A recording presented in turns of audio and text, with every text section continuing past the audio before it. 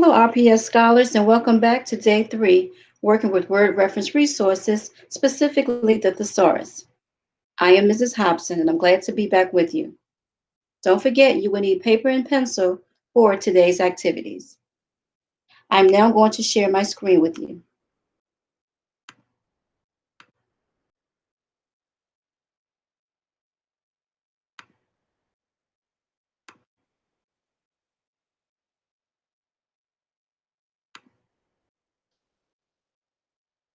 The I can statement for today: I can use the Thesaurus to expand my vocabulary while reading. A thesaurus is like a dictionary. It is another kind of reference source you can use to learn about words. It contains synonyms, words with similar meanings, such as hot, roasting. Sometimes it has antonyms, words that mean the opposite, such as hot, cold. It lists the parts of speech for entry words, such as nouns, verbs, and adjectives. Sometimes it has definitions. It contains entry words that are in alphabetical order. There are guide words at the very top of the page, and it can be reviewed online. We're going to be working with some synonyms and antonyms. The word precious means of great value. And you can see that here when you look at this entry word, precious. It's an adjective, it's a describing word. And again, it means of great value. And it says, here's a sentence: my mother keeps her precious ring in a small case. These words right here, expensive, invaluable, precious, prized, and valuable, they are all synonyms. They are words that mean the exact same as precious. And again, there's your sentence. Antonyms are words that mean the opposite. And you see there's an antonym listed here for the word priceless, which means the opposite of precious, which is worthless. And this too is used in the sentence: my mother's valuable ring is not worthless, meaning it has worth, okay? It's not worthless, it has worth. So can you think of another word that means worthless?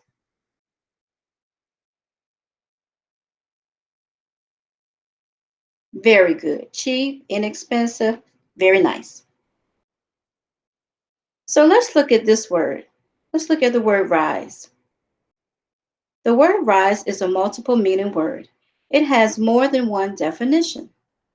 And here you can see there are 3 different definitions. We're going to focus on how it's used right here as a verb. Okay.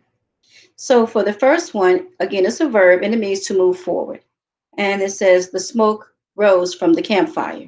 And here you see a gentleman here, and there is smoke. He's over here at this fire, and the smoke is rising. And these are the synonyms: ascend, climb, go up, move up. They are all words that mean the same as rise. You got it. All right. Let's look at definition number 2.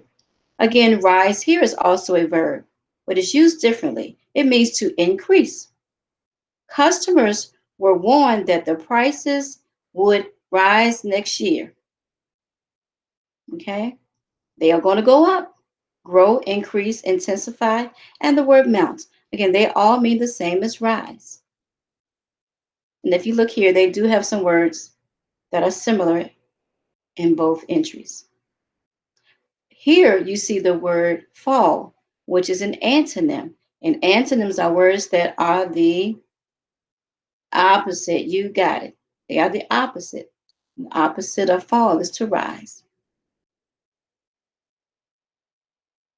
Can you create another sentence using one of the synonyms that are used as verbs? I will give you a few minutes. Again, rise. Can you create a sentence using a synonym from here or from here that's different? If we want to make 2 sentences, so you should use 2 different words from each one. And you may pause your video at this time and then resume so we can work on definition number 3. And then come back so we can finish. All right, now let's look at how rise is used as a noun in definition 3. It says an increase in something. Here, rise is a thing, it's a noun. Nouns are people, places, things, and animals. The synonyms for rise: improvement, increase, upsurge, they all pretty much have the same synonyms because they all mean the same, correct? But they're used all differently. And that's the key focus that I want you to realize. Even though rise is here, they're all used in different ways, 3 different ways. And you see the antonym fall, again, means the opposite of rise. Can you think of another word that means the same as fall?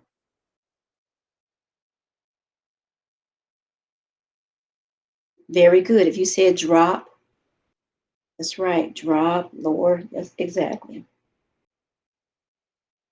Okay. So now it's your turn. You're going to have some independent practice time. Here, we need you to help Willie the waiter get the orders right. You want to write an antonym for each crossed out word. And he says, that doesn't seem quite right.